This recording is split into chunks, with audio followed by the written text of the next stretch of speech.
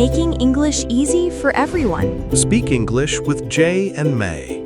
Hey, English learners. Welcome back to Speak English with Jay and May, your cozy little place to build your English confidence. I'm May.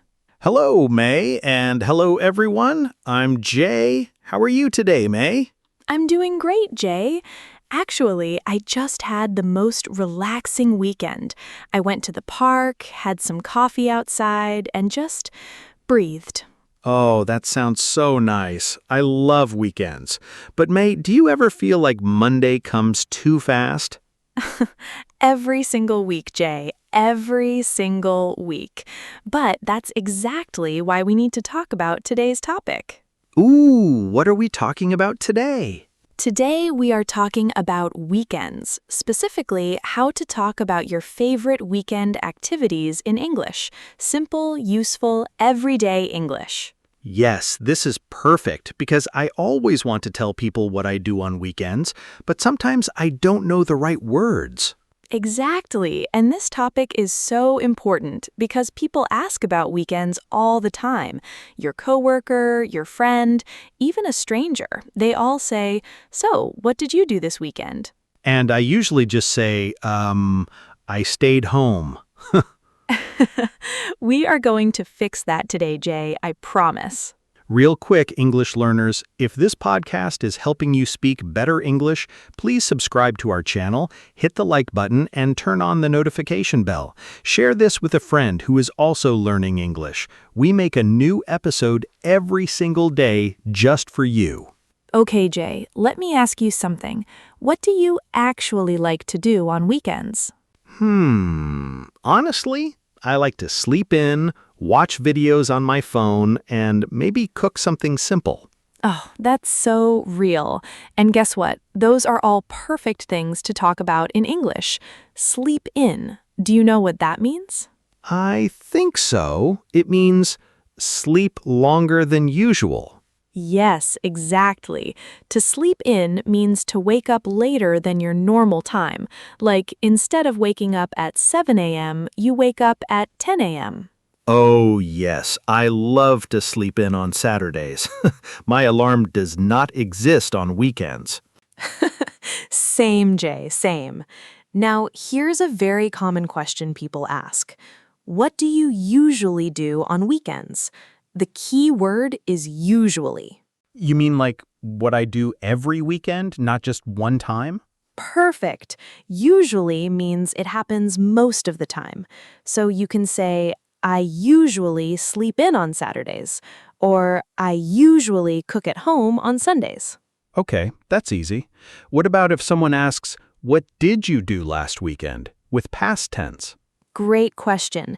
You just change the verb to past tense. I slept in. I watched a movie. I cooked dinner. Simple, right? Actually, yes, that is simple. I feel like I can do that. You absolutely can. Now, let me tell you a little story. When I first started talking more in English, I was so scared to answer this question. Really? You, May, scared? Yes, me. I thought I needed to say something impressive, like, oh, I went hiking in the mountains and read 3 books and learned a new language, something big. That's too much. Right? But the truth is, I just stayed home, watched a drama, and ate noodles.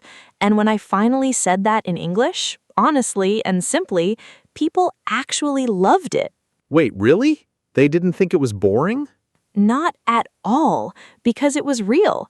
People connect with real things, so you don't need a fancy weekend to talk about your weekend in English. Oh, that makes me feel so much better.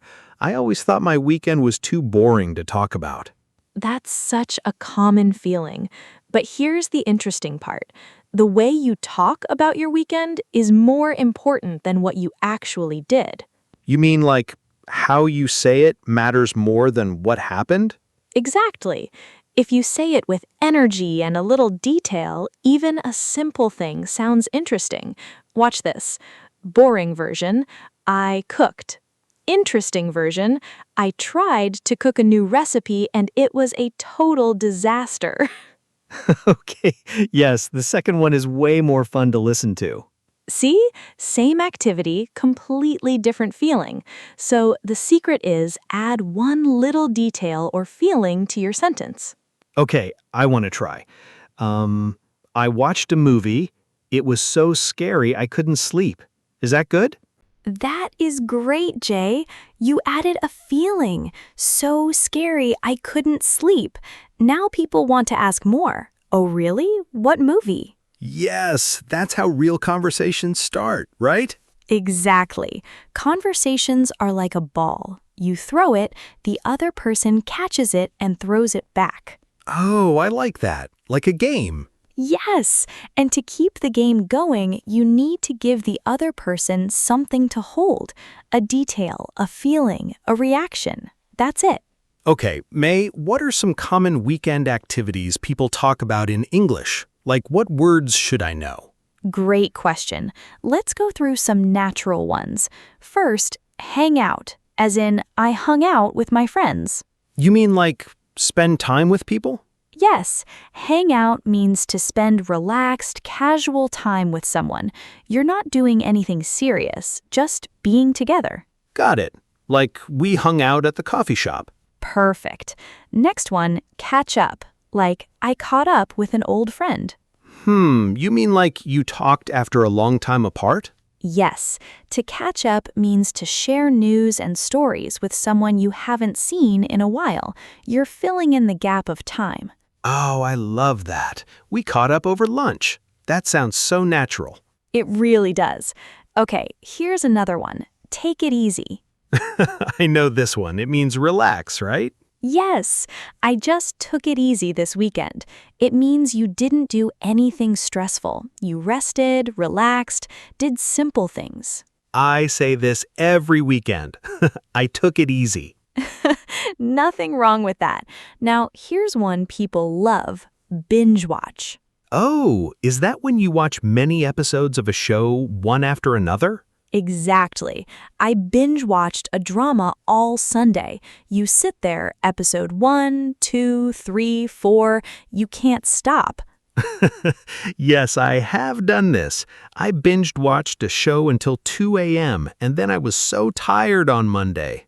We have all been there, Jay. We have all been there. Okay, what about going outside? What words can I use? Oh, good. Yes. If you go outside, you can say, I went for a walk. I explored a new neighborhood. I checked out a new cafe. Checked out? You mean like visited for the first time?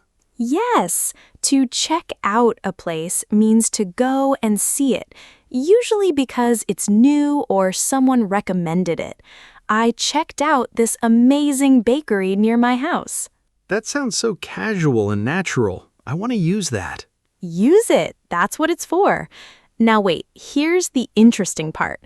Let me ask you something, Jay. Imagine it's Monday morning. Your coworker or classmate says, "Hey, how was your weekend?" Oh, what do I say? Okay, I want all our listeners to imagine this too. You're at work or school, it's Monday. Someone smiles and asks you that question. What do you say? I think I would say, it was good. I took it easy. I binge-watched a drama and slept in. Something like that? That is a perfect answer, Jay. Seriously. It's short, natural, and it gives the person something to respond to. And then maybe they say, oh, what drama? Exactly. And now you have a real conversation. It's that simple. I feel like before this, I would just say, it was fine, and then nothing. Dead silence. Fine is the conversation killer. It's like throwing the ball straight into the ground. The ball goes nowhere. Right. So try to say one more thing after "it was good." Just one thing. That's all it takes. Okay, one more thing. I can do that. Now, Jay, I want to share something that happened to me. This is where things get really relatable. A few months ago, I met someone at a coffee shop. We started chatting, and she asked me, "What do you love to do on weekends?" Ooh, what did you say? I said, Honestly, my favorite thing is to wake up late, make a big cup of coffee, and just sit by the window and do nothing. And she looked at me and said, "That sounds like heaven." That does sound like heaven. And we talked for 1 hour about the simple joys of doing nothing. No big trips, no exciting plans, just being. That's beautiful. So even doing nothing can be a real interesting answer in English. Absolutely. The phrase is, "I just relaxed at home." Or even better, "I had a quiet weekend and it was exactly what I needed." Ooh, I like that. It was exactly what I needed. That sounds so wise. It does. And it's true most of the time. May, what about asking someone else about their weekend? How do I ask in a natural way? Oh, great thinking. Okay, you can say, "How was your weekend?" Very simple. Or more casually, "Do anything fun this weekend?" Do anything fun this weekend? That feels so friendly and easy. It is. It's not too formal, not too casual. Perfect for coworkers, classmates, or new friends.